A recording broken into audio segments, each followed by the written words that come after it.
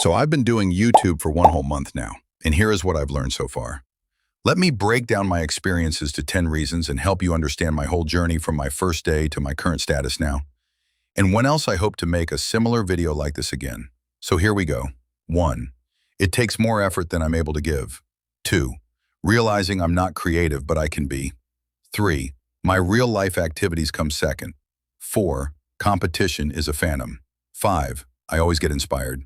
6. Staring at my statistics became my new cup of coffee every morning. 7. My first comments are always going to be remembered. 8. I don't even understand what YouTube wants. 9. I want to know how to edit really well. 10. Thank God I just started. There, now you know how my experience has been just doing 1 month of YouTube. But keep watching because when I explain everything, it will make even more sense to you. And to those watching right now, engage with me now if you relate to my experiences as an amateur YouTuber. Did you know over 90% of people who start YouTube never reach 1,000 subscribers? And most quit after less than 10 uploads? That's how rare consistency is. And 1. The effort. I mean, look, I'm a perfectionist and I bet a lot of other editors are too, so I tend to put more effort than I thought I would when making a video. Even just a 30-second shorts video takes me hours to finish. So YouTube does require immense amounts of effort. Creating videos on YouTube is hard and demanding. And that being said, it brings me to my second point. 2. Realizing that I'm not creative, but I can be. So I started out having all these big ideas and scripts. But when I actually started creating and editing them, bringing them to life, I noticed how amateur they looked. I visualized it as a painting that has been sketched, but not yet painted. Like an unfinished product. My videos just seemed as though they could use something more that I couldn't provide, which I think stems from me being so caught up with other things in real life that I need to do. Which brings me to my third point. 3. My real-life activities come second. Being a student, being a gamer, being a leader in a debate club. All the things I love to do eventually end up on a priority list, so I have to strategize my time. And YouTube takes out the most of my time and everything else comes second. And so there's one experience I'll explain towards the end that will make you understand the YouTube algorithm after 1 month, even before you upload your next video. So keep watching, and you'll find out the most important experience that's going to change how you think about everything, even when you are competing with others. This brings me to my fourth point. Competition is a phantom. In the first month of uploading a video, competition on YouTube often feels phantom because many creators flood the niche with similar content, especially using AI and automation.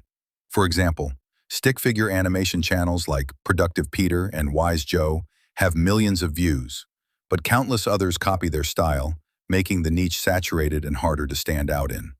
This happens not only with stick figures but also in other animation niches, where many channels produce similar storytelling or visual styles, causing viewer attention to spread thin. Instead of focusing on the crowded field, successful channels like Alan Becker or Domix grow by offering unique stories and engaging personalities that AI can't replicate. That's why I love YouTube. There's always a workaround and a way to keep going, which leads me to my fifth experience. I always get inspired. So YouTube is always inspiring because before I was a creator, I was always watching YouTubers, the likes of Brightside, Think, and Vice News. My goal is to have the best documentaries kind of YouTube channel ultimately, when I get to the point of being where I want to be. But to get to such a place, I do something that I think most of you guys watching will run to the comments and just relate to. This sixth experience. Staring at my statistics every morning, afternoon and night. Work equals results. So I always want to see what my results are. What do I need to do to make sure I get the best results possible? What do my impressions look like? I look at all my statistics and I just get crushed because they are so low right now. I'm putting in a lot of work and I get 0 results at times, so you can imagine the feeling I get when I wake up to a video that gets 30 views or 100. I'm ecstatic and grateful to everyone watching and liking my videos. And this brings me to one thing that I picked up from all the excitement about staring at my statistics, making my 7th point. My first comments. I first read about how special your first comment is on Reddit, But 4 videos later, I had my first comment when I touched on one of the most emotional videos I made early on, during my trying phase of YouTube. And I do remember it. Well, it was only 3 lines, but that just gave me affirmation that people are engaging with my content. And at such moments in my YouTube journey, I incredibly appreciate the chance to do this. But trust me, if I knew what makes people comment on my videos, I'd be lying to you. That being said, my 8th point is seriously a frustrating one. What the hell does YouTube want?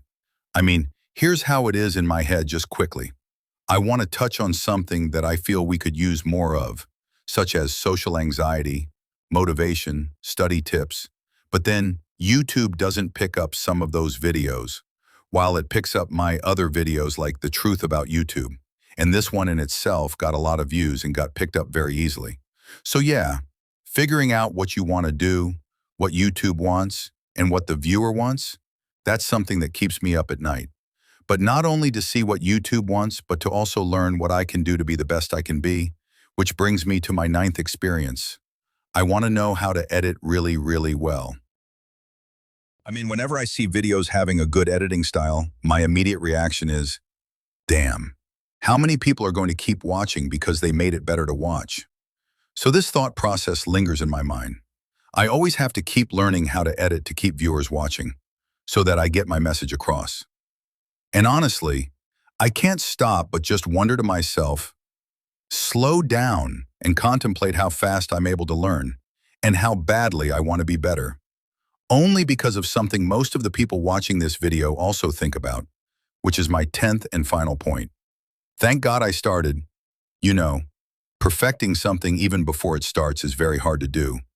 You actually have to throw yourself in the deep end and actually swim a little. And that's how I know, well, at least for me, that I'm far better off having started than just waiting to start. So if you've made it this far in the video, you've now heard my whole experience, what I've learned, and how I've done things. And to help me out, please subscribe to my channel and like the video, and please feel free to tell me how your experience has been, or at least when you plan to upload your first video. Okay, so now that we've gone through my experiences in an oversight view, let's talk actual numbers. 1 month into YouTube, I've uploaded 11 videos, 7 shorts and 4 long form. It's not groundbreaking, but it's real. And that's something I think a lot of creators lack. Honesty. I mean, what even is an amateur? Everyone defines it differently based on how they see themselves. Anyway, I've hit 5,000 total views in my first month, which tells me one thing. I've got a long way to go. But here's what I've learned. Consistency isn't just about showing up. It's about earning trust. Some videos will flop without reason, and others will unexpectedly gain traction. That randomness is both frustrating and freeing. I've also realized the topics you expect to perform often don't, and the ones you post without expectations sometimes hit the hardest. It's the audience that decides what matters, not you. The hardest part, though, is the mental game. Comparing yourself to others, checking stats like they define your worth, doubting if you even belong here. But if you can silence that noise, you create with clarity, not insecurity. For context, many new YouTubers barely reach 1,000 views in their first month. So while I'm far from viral, I'm not invisible either. And as one creator once said, everyone wants to be famous, but no one wants to be consistent. So my biggest battle now is to stay consistent. Thanks for watching.